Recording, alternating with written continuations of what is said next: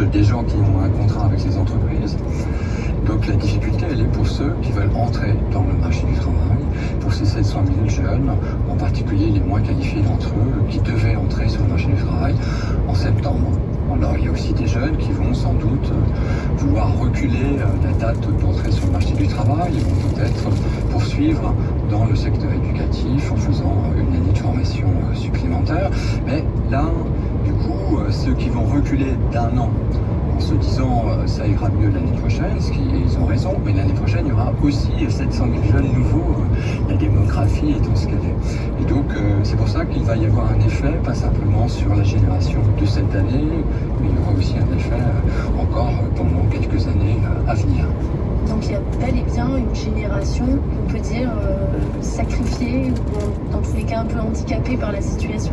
Les jeunes ont payé un coup sur le moment par rapport aux générations plus âgées et les jeunes vont continuer de payer un coût très élevé parce que là on parle du marché de l'emploi, mais les jeunes sont aussi ceux qui vont payer la dette, puisqu'il y a un endettement massif. La dette n'est pas complètement gratuite, même si les taux d'intérêt sont très bas, et c'est plutôt les jeunes générations qui vont aussi supporter le poids de la dette dans le futur. Caroline, donc les jeunes devraient ressentir l'effet de la crise pendant encore de longues années.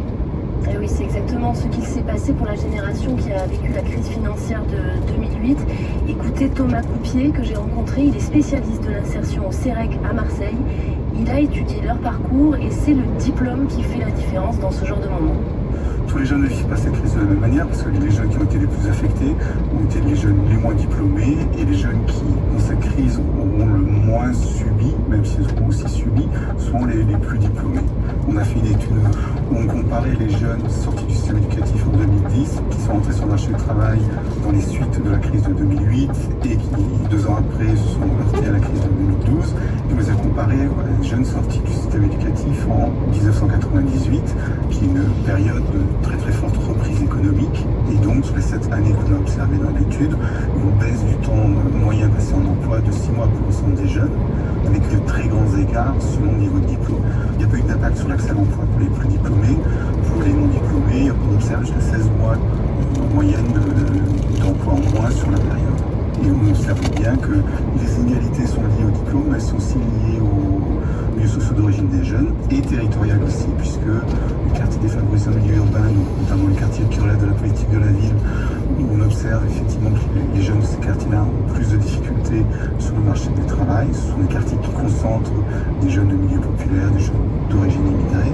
Et l'autre versant, c'est aussi dans certaines zones rurales, il y a des conditions locales qui vont jouer selon le tissu d'activité économique locale. Par exemple, une zone rurale touristique ne va pas être impactée de la même façon qu'une zone rurale agricole. Caroline, certains redoutent que ces jeunes soient une bombe à retardement social. Alors, est-ce qu'il y a un moyen de l'éviter? Est-ce qu'on a là des solutions, des filets de sécurité à leur proposer? Eh bien justement, les discussions ont commencé au ministère du Travail. Un plan de soutien devrait être présenté d'ici cet été, mais pas de détails pour le moment. Il se pourrait qu'il y ait un coup de pouce aux entreprises qui embauchent des jeunes. En revanche, pas de RSA étendu aux moins de 25 ans. Les aides financières qui existent déjà comme la garantie jeune pourraient être revalorisées. Mais je suis allée voir Stéphane Carcio à l'OCDE. Il est membre du Cercle des économistes et pour lui, c'est important que et les jeunes et les entreprises soient aidés. Les jeunes ne sont en fait pas un groupe du tout homogène. Il y a des jeunes qui sortent de l'université ou de formations très qualifiantes qui vont avoir du mal malgré tout, malgré leur diplôme, à trouver un job. Et pour eux, c'est clair que la subvention à l'embauche dont pourraient bénéficier les employeurs peut faire la différence. Mais en cette période de crise, avec un recul de l'emploi, ceux qui vont se trouver tout en bas de la liste des demandeurs d'emploi, il faut absolument prévoir ce filet de sécurité financier associé à des formations certifiant certaines qualifications. Il faut quand même prendre en compte la situation des entreprises. S'il n'y a pas grand-chose dans les cahiers de commandes, etc., il n'y a pas les moyens, ils ne vont pas embaucher les jeunes, même si ils ont des baisses de cotisations sociales. Alors là aussi, il y a beaucoup d'hétérogénéité, il y a beaucoup de situations très diverses chez les employeurs. C'est clair que les employeurs qui sont dans les plus grandes difficultés vont même pas recourir à l'aide offerte par l'État parce que finalement ils voient bien qu'ils vont pas pouvoir poursuivre leur activité très longtemps ou qu'il n'y a absolument pas d'activité du tout en ce moment. Mais en revanche, il y a tout un volet d'employeurs qui eux vont être à mi-chemin entre une situation normale et une situation très très fortement dégradée et pour lesquelles l'aide financière va faire la différence et vont ouvrir des postes pour les jeunes. Donc pour cette raison, il faut une aide qui soit ciblée, qui soit également temporaire, qu'elle dure le temps de la crise, peut-être une année ou à peine plus. Sinon, les employeurs peuvent tout simplement se décider à employer l'année prochaine, à la rentrée prochaine, c'est pas ce qu'on souhaite. La génération Covid, génération malmenée, c'était le dossier de Caroline Pomès. Marie Maléco, Alexandra Ben Saïd, sur France Inter.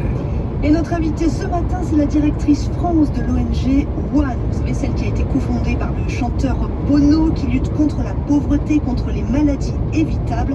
Bonjour et bienvenue Najat Vallaud-Belkacem. Bonjour, merci. Mais d'abord, je vais vous faire reprendre, si vous voulez bien, votre casquette de ministre de l'Éducation nationale que vous fûtes sous François Hollande. On vient d'avoir ce reportage sur ces jeunes de la génération Covid. Les jeunes peu diplômés, les décrocheurs que vous connaissez, ils vont être les principales victimes de la crise. Est-ce qu'il y a des solutions qu'il faudrait prendre d'urgence pour les aider ? Oui, en écoutant votre reportage, je voulais précisément m'arrêter notamment sur ce point qui a été énoncé par l'un de vos intervenants. Dans la crise de 2008, ceux qui ont le moins subi